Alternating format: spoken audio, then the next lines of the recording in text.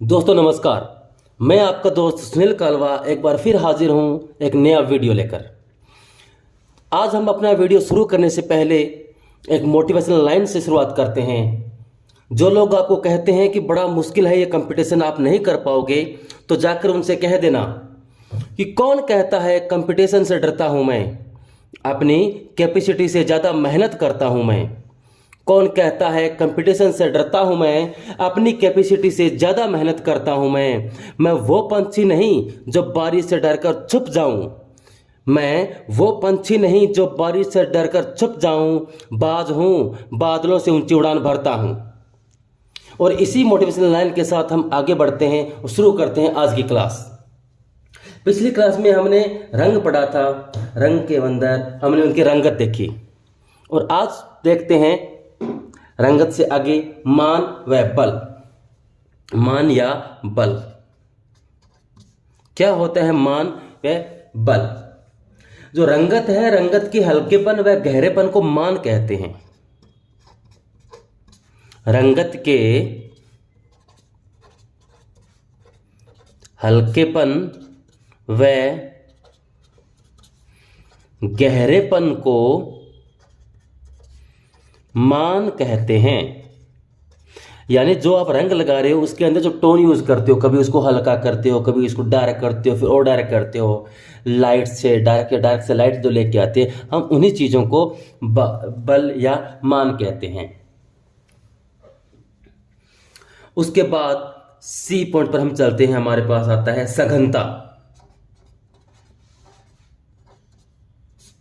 सघनता, सघनता जिसे हम घनत्व भी कहते हैं। सघनता जिसे हम घनत्व कहते हैं। घनत्व या सघनता से रंगों की शुद्धता का ज्ञान होता है। सघनता से रंगों की शुद्धता का ज्ञान होता है। जो रंग शुद्ध होगा, जो रंग शुद्ध होगा, उसमें घनत्व भी अधिक होगा, उसमें घनत्व भी अधिक होगा। अधिक घनत्व से रंग में चमक आती है। अधिक घनत्व से रंग में क्या होता है? चमक आती है।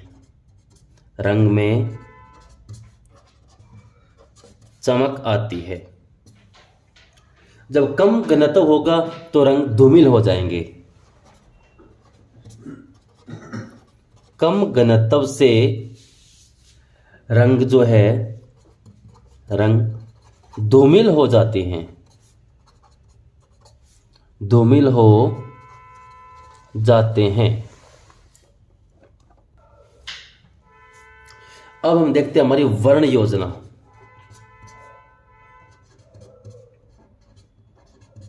वर्ण योजना या रंग योजना, क्या होती है वर्ण योजना? नंबर 1 पर वर्णहीन योजना।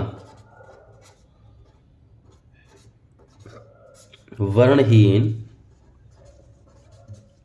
योजना किस प्रकार की योजना है जिसको हम वर्णहीन योजना बोलते हैं? जो हमारे तटस्थ रंग होते हैं, तटस्थ वर्णों या रंगों का प्रयोग,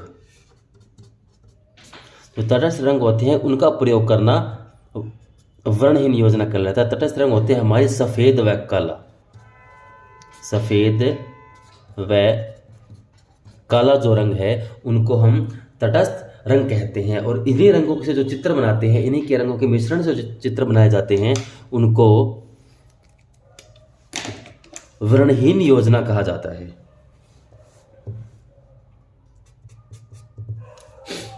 अब है एक वर्णीय योजना। एक वर्णीय योजना, एक वर्णीय योजना होती है किसी चित्र के अंदर एक ही रंग की विभिन्नताओं का प्रयोग करना।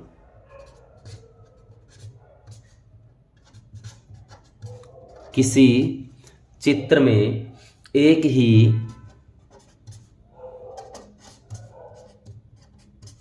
रंग की विभिन्न तानों का प्रयोग, यानी कोई एक ऐसा चित्र बना रहे हैं जिसके अंदर एक ही अधिकतम रंग यूज करें। चाहे जब हमने ब्लू शुरू किया तो light blue, dark blue, person blue, cobalt blue, इस तरह के ब्लू की जो अधिकतम शेड का यूज करेंगे तो वो हमारी क्या हो जाएगी, एक वर्णीय योजना कहलाएगी।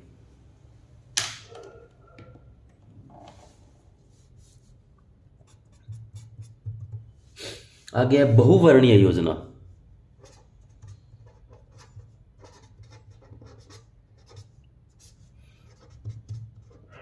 बहुवर्णीय योजना, बहुवर्णीय मतलब यही नाम से जो पता चल रहा है, बहुवर्णीय यानी बहुत वर्ण, जिस चित्र के अंदर अनेक रंगों का प्रयोग करते हैं।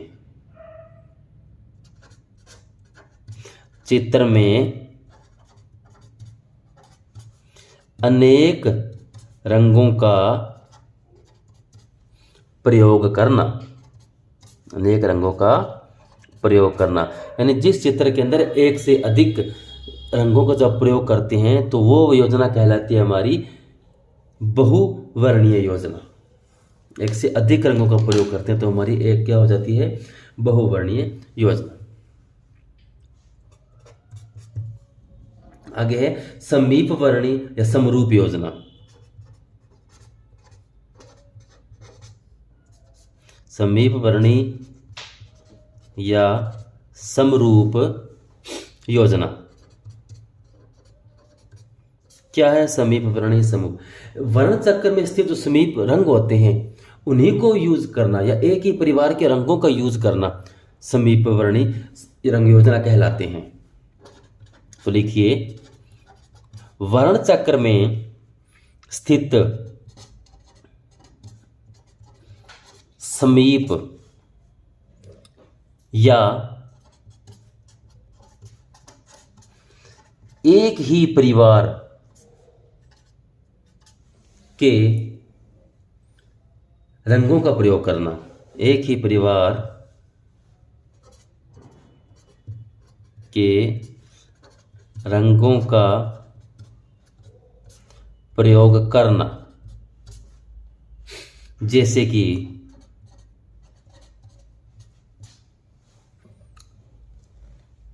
नारंगी, लाल, बैंगनी। नारंगी, लाल, बैंगनी, इनमें आप देखेंगे कि तो लाल रंग हर किसी में मिक्स है। नारंगी जो रंग है हमारा लाल और पीले से बना है, बैंगनी लाल और नीले से। तो और रंग चक्र के अंदर देखें तो ये पास पास रंग मिलते हैं। तो इसी भांति जो रंग होते हैं हमारे एक परिवार के होते हैं, जो वर्ण चक्र में पास पास होते हैं, उन्हीं रंगों का जब प्रयोग करते हैं तो उन्हें हम। अब हम देखते हैं मध्यवर्ती संगति।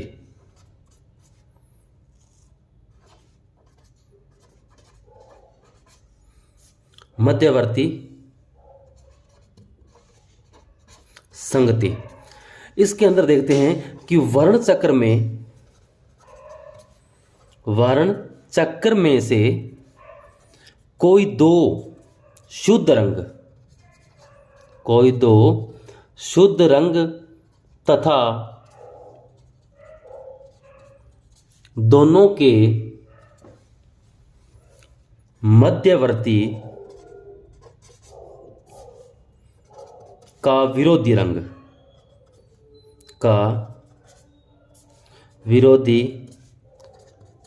का प्रयोग करना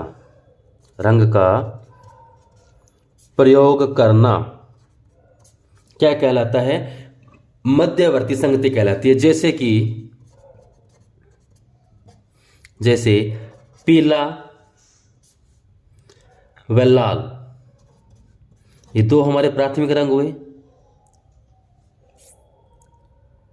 और इनके जो मध्य में रंग आता है वह कौन सा हो गया हमारा नारंगी, और उसके जो सामने वाला रंग है वह हो जाएगा हमारा नीलमणि।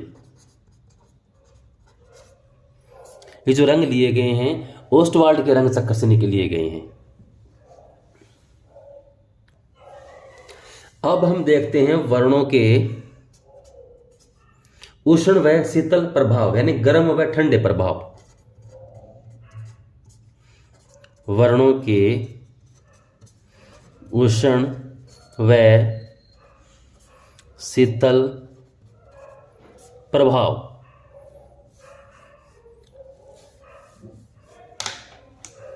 नंबर ए, ये लगा कर लिखिएगा, गरम या उष्ण रंग। मैं जो नोट्स बनवा रहा हूं आप साथ साथ लिखते जाइएगा, जो आपको एग्जाम में काम आएंगे। एग्जाम टाइम पर आप बुक्स रिवाइज नहीं कर सकते, इसलिए आप मेरे नोट्स को आसानी से पढ़ सकते हो। ऐसे रंग जो तीव्र हैं, ऐसे रंग जो तीव्र हैं, जिन्हें हम ज्यादा देर तक देख नहीं सकते, जिन्हें हम ज्यादा देर तक देख नहीं सकते, ज्यादा देर तक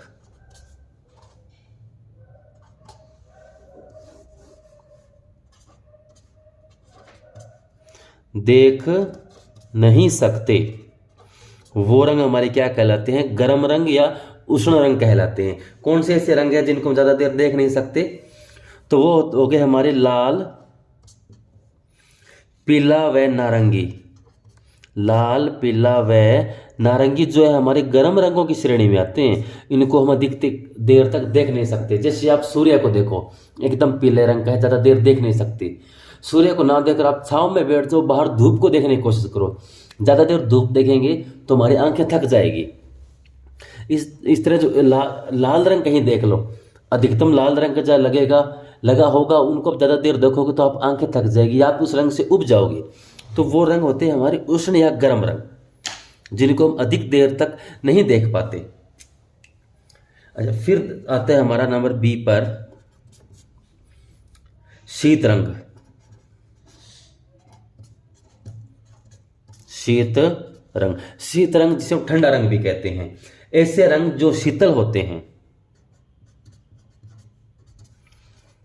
ऐसे रंग जो शीतल या ठंडे होते हैं,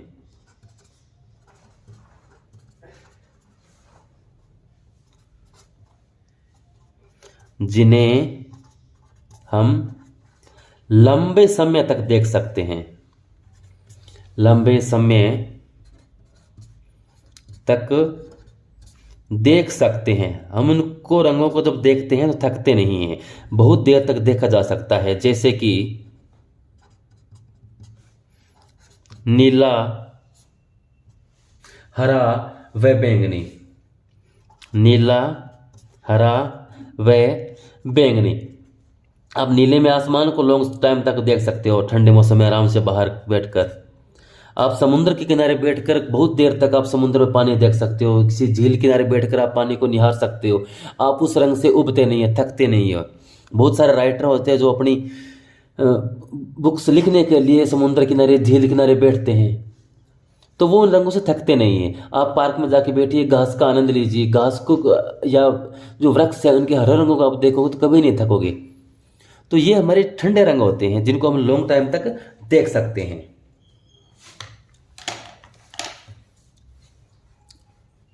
अब स्टार लगाकर एक इंपॉर्टेंट बात लिखिए कि जो गर्म रंग होते हैं उनको हम अग्रगामी रंग कहते हैं।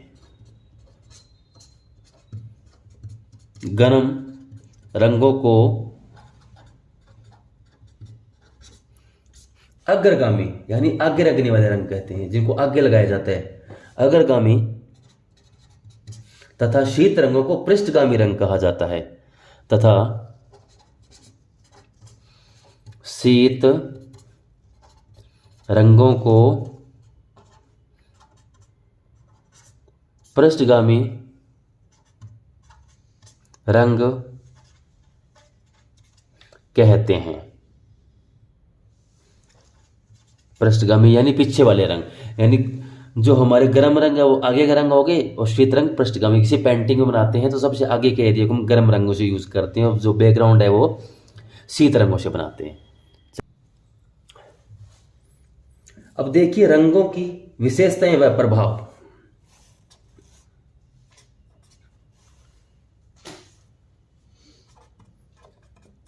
रंगों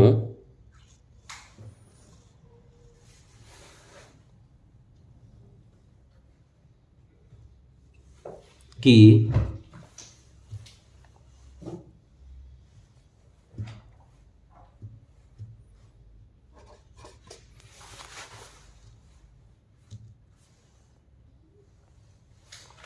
रंगों की विशेषताएं व प्रभाव। क्या रंगों की विशेषताएं होती है और क्या इन रंगों के प्रभाव होते हैं, अब उनको जरा देखते हैं हम। सबसे पहले लेते हूं मैं पीला रंग। पीला पीला रंग है जिसमें सर्वाधिक चमक होती है। सर्वाधिक चमक व प्रकाश युक्त है, किंतु सबसे कम लोकप्रिय है। चमक व प्रकाश युक्त किंतु सबसे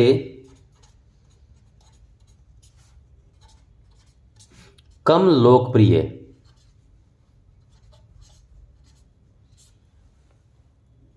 सबसे कम लोकप्रिय है। यह प्रसन्नता, जब इसके प्रभावों की बात करें तो इसके प्रभाव या किस प्रकार के प्रभाव छोड़ता है, तो यह प्रसन्नता का प्रतीक है। यह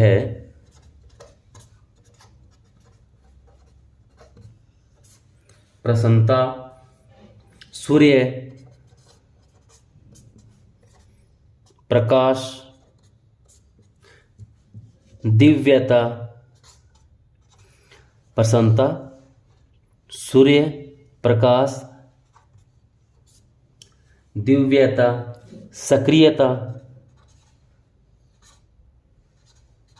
सक्रियता, ऊर्जा, प्रोत्साहन, आशा व संतुष्टि का प्रतीक है। आशा व संतुष्टि का प्रतीक है। ये थी हमारी प्रमुख बातें इसके लिए। जब हम श्रेष्ठ व्यक्ति का चित्र बनाते हैं, किसी श्रेष्ठ जब व्यक्तियों का चित्रण करते हैं, श्रेष्ठ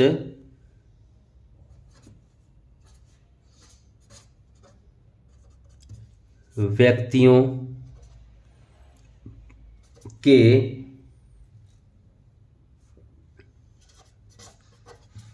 चित्र में तेज दिखाने हेतु इस रंग का प्रयोग होता है।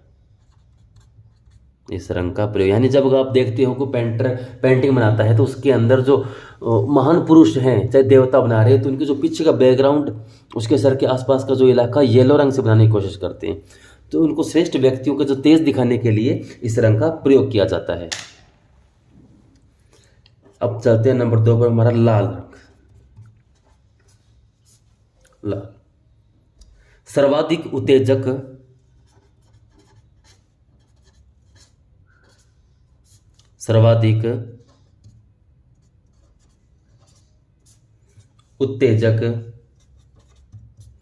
एवं आकर्षक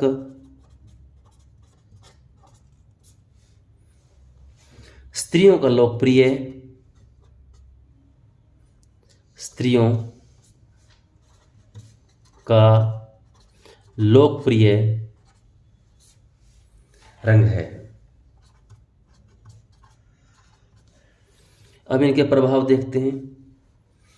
यह जो है युद्ध, क्रोध, प्रेम, श्रृंगार, वीरता व उत्तेजना का प्रतीक है। उत्तेजना का प्रतीक है। यानी युद्ध, क्रोध, प्रेम, श्रृंगार, वीरता आदि का जब हमें चित्र के अंदर दिखाना है, इन चित्रों को हम शो करना चाहते हैं, इन भावों को हम चित्र में दिखाना चाहते हैं, तो हमें लाल रंग का अधिक प्रयोग करना होगा उस चित्र के अंदर। अब हम देखते हैं हमारा प्रमुख तीसरा रंग नीला।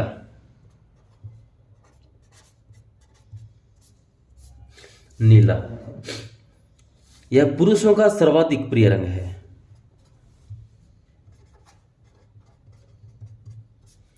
पुरुषों का सर्वाधिक प्रिय रंग। यह शांति, शीतलता,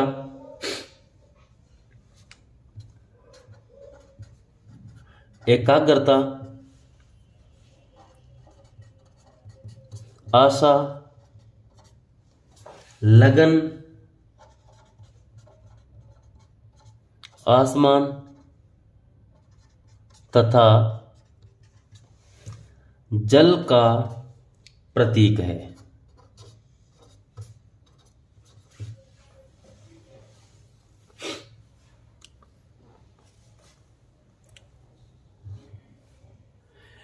यह पुरुषों का सर्वाधिक प्रिय रंग है। शांति, शीतलता, एकाग्रता, आशा, लगन, आसमान तथा जल का प्रतीक है।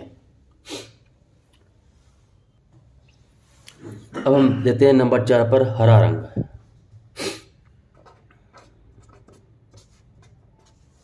हरा यह तटस्थ एवं निष्क्रिय रंग है। निष्क्रिय रंग है। यह ताजगी का प्रतीक है, सौंदर्य का प्रतीक है, माधुर्य का प्रतीक है। यह ताजगी, सौंदर्य, माधुर्य, सुरक्षा, विश्राम, यौवन एवं परिपक्वता का प्रतीक है एवं अपरिपक्वता का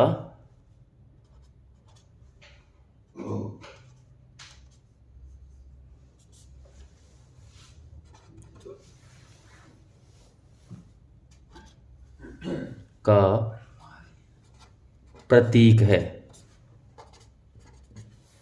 यानी जो हरा रंग है उसको तटस्थ रंग कहते हैं, निष्क्रिय रंग कहते हैं, नहीं हिलने वाला रंग है। यह ताजगी का प्रतीक है, सौंदर्य, माधुर्य व सुरक्षा का प्रतीक है, विश्राम का प्रतीक है, यौवन व अपरिपक्वता का प्रतीक माना जाता है।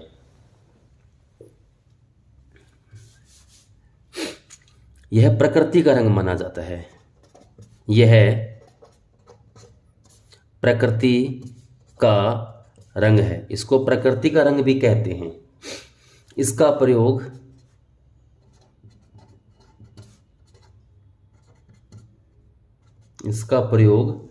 बड़े स्थान पर किया जाता है। बड़े स्थान पर किया जाता है। यानी जब किसी बड़े स्थान पर ड्राइंग करनी है, एक चीज ड्राइंग के अंदर ज़्यादा स्थान, ज़्यादा एरिया वाला जो इलाका है उस पर हरे रंग का अधिकतम प्रयोग किया जाता है। ईसाई धर्म में यह आशा का प्रतीक है।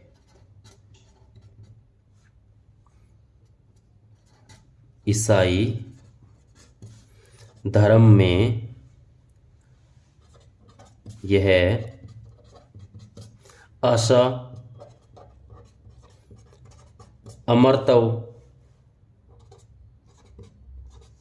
ध्यान एवं पुनर्जन्म का प्रतीक है। पुनर्जन्म का प्रतीक है। यानी जब जैसे जैसे धर्म बदलते हैं तो अलग अलग धर्मों में अलग अलग रंगों की मान्यता होती है।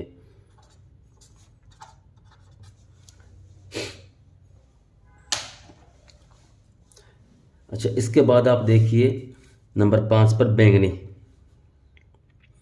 आप इन रंगों को और इनके प्रभावों को साथ साथ में लिखते जाइए, क्योंकि एग्जाम के अंदर रंग देकर इनके प्रभाव अवश्य पूछे जाते हैं कि लाल रंग का कौन सा प्रमुख प्रभाव है या बैंगनी रंग का कौन सा प्रभाव है, या प्रभाव दे दिए जाते हैं जैसे असुरक्षा का या माधुर्य का या सौंदर्य का प्रभाव या प्रतीक कौन सा रंग है। इस तरह से पेपर में प्रश्न आते हैं, तो आप इन चीज़ों को याद कीजिएगा, समझिएगा। बैंगनी, बैंगनी यह राजसी रंग है। यह राजसी रंग है। यह समृद्धि का प्रतीक है। यह समृद्धि, वैभव, प्रभावशालिता,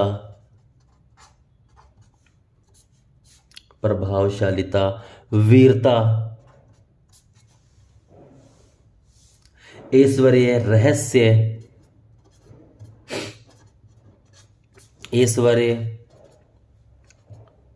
रहस्य तथा सम्मान का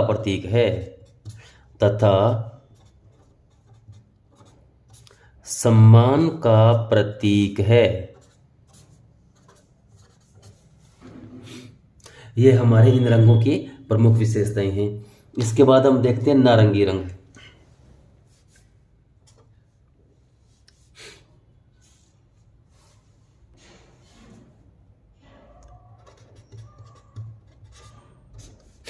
नारंगी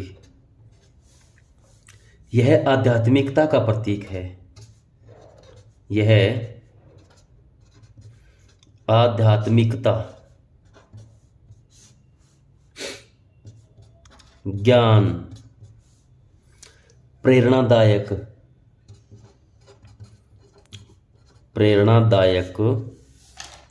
वीरता, संन्यास, वैराग्य,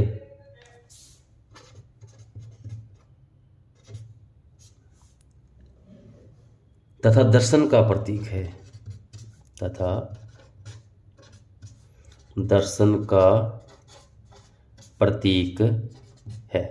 जो साधु संत होते हैं अधिकतम इस तरह का कलर पहनते हैं, भगवा कलर पहनते हैं, जिसको नारंगी कहते हैं, केसरिया भी इस रंग को कहा जाता है। ये ज्ञान का, प्रेरणादायक का, वीरता, जैसे कोई योद्धा युद्ध करने जाते हैं तो कहते हैं केसरी धारण कर लिया, तो यही वो रंग है। सन्यासी जब कोई साधु महाराज बनता है, सन्यास धारण करता है, तो वह इस तरह का वस्त्र पहनते हैं, तो ये सन्यास का भी प्रतीक है, वैराग्य का प्रतीक है। अब हम देखते हैं हमारा एक महत्वपूर्ण आगे रंग सफेद।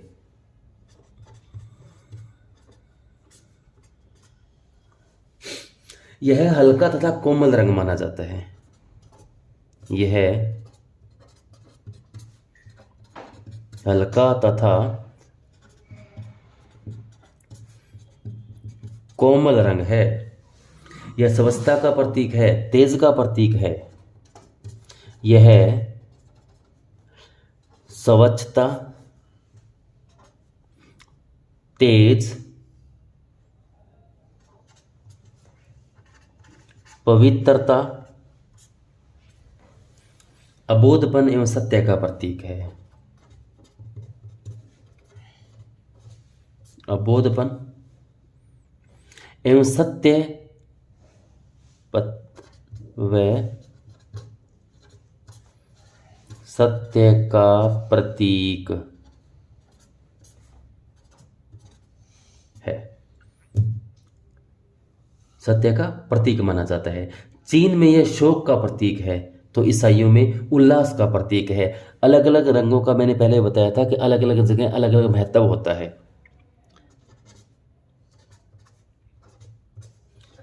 चीन में शोक का प्रतीक है,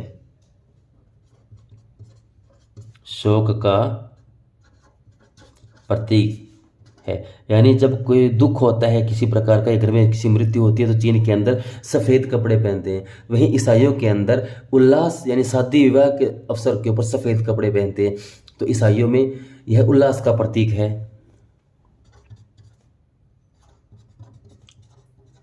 तो ईसाइयों में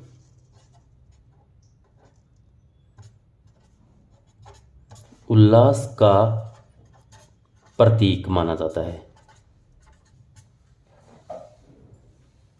उल्लास का प्रतीक है। अब आगे देखते हैं नंबर 8 पर हमारा आखिरी रंग जो बचा है काला। यह प्रकाशहीन उत्तेजनाहीन है। यह प्रकाशहीन रंग है। प्रकाशहीन,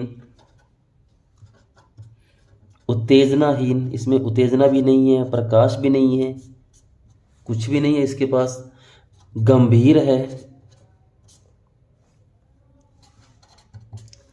एवं एकांतवास को प्रकट करता है। एवं यानी जिसके पास उत्तेजना नहीं है, जो हमेशा गंभीर रहता है, जिसके पास प्रकाश भी नहीं है, तो उसे वह तो एकांतवास में तो रहेगा। एकांतवास का या एकांतवास को प्रकट करता है। ऐसे व्यक्तियों के पास कौन जाना चाहेगा? प्रकट करता है। यह दुख का प्रतीक है। यह है दुख, भय, शोक, आतंक,